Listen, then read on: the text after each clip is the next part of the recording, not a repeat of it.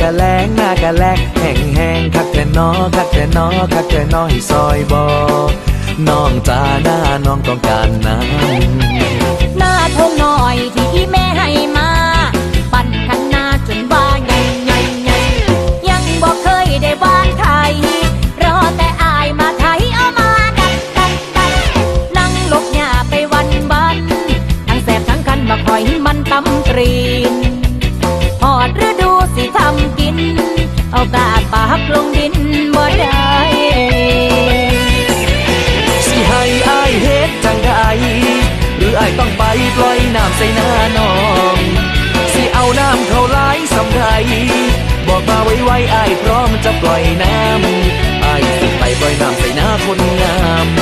หน้าน้องแห่งพ่อสิได้มีน้ำสิได้ข้าตามทำนาตามฤดู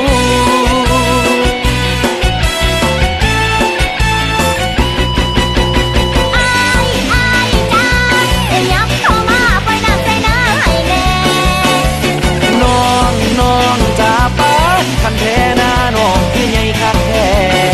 ถ้าทุ่งน้อยใหญ่ผ่านคนดูแลไอ้สิอาสาเป็นคนคอยเทคแคร์ปล่อยน้ำใส่แน่ปล่อยน้ำใส่หน้าให้แน่ปล่อยน้ำใส่แท้ปล่อยน้ำใส่หน้าน้องแน่อ้ายจ้าอย่ายับเข้ามาปล่อยน้ำใส่หน้าให้แน่น้องจ้าป้าคันแท้หน้าน้องคือใหญ่คักแท้